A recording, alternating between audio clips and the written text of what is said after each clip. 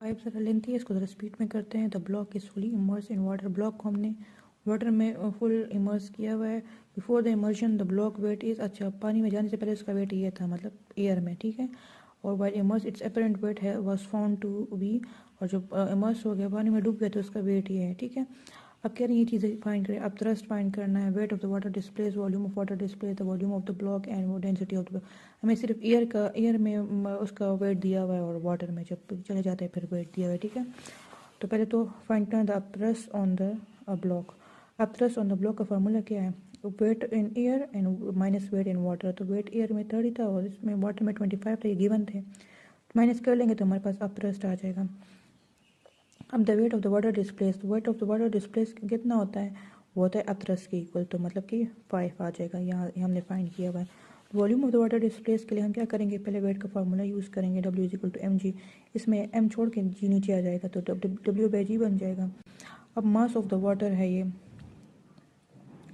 तो mass of the water displace चाहिए W by जी, तो W की जगह 5 और इसकी जगह 10, क्योंकि वेट ऑफ वाटर डिस्प्लेस इतना था ना, तो डिवाइड बाई 10 तो 0.5 इससे आ जाएगा। अब जो मास आ गया 0.5 ना, उसको हमने फाइंड वॉल्यूम करना था। वॉल्यूम का फार्मूला ये है, ठीक है। तो मास की जगह मास की वैल्यू पुट कर लेते हैं, और डेंसिटी ऑफ वाटर हमें पता है 1000 है। ये याद रखने की चीज़ है, ठीक है। ये दी नहीं होगी तो इनको डिवाइड करेंगे तो इससे ही आ जाएगा। तो water volume of water displace आ गया। वॉल्यूम ऑफ द ब्लॉक, तो volume of the block same होगा, ठीक है। जितना वॉल्यूम ऑफ द ब्लॉक है उतना वाटर डिस्प्लेस भी होगा। Density of block, density of block हमें पता है कि डेंसिटी चाहिए, तो डेंसिटी का फार्मूला क्या है? Mass by volume. तो अब हमें मास नहीं गिवन, तो उसका फार्मूला W is equal to M, जो हम ले लेते हैं, M छोड़ देते हैं, जी नीचे आ जाएगा W के। अब ये तो हम पता है कि 30 है एयर में, ठीक है।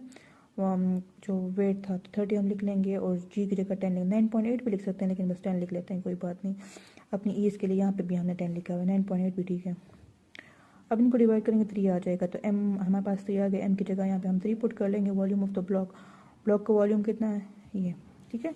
तो ये इधर आ जाएगा, इन दोनों को डिवाइड करेंगे, इससे हमारे पास फाइनल रिजल्ट आ जाएगा।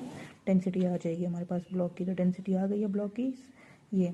अब इसको हम अगर इसका मतलब पॉइंट को 4 नंबर इधर लाना है ना, तो यहाँ पे तो एक ही नंबर है, तो 3 हम साथ में 0 लगा लेते हैं। अब 0.0 आ जाएगा, तो 0.0 के तो लिखने की ज़रूरत नहीं होती। तो ये बन गया किलोग्राम पर मीटर क्यूब, बन जाएगा 6000।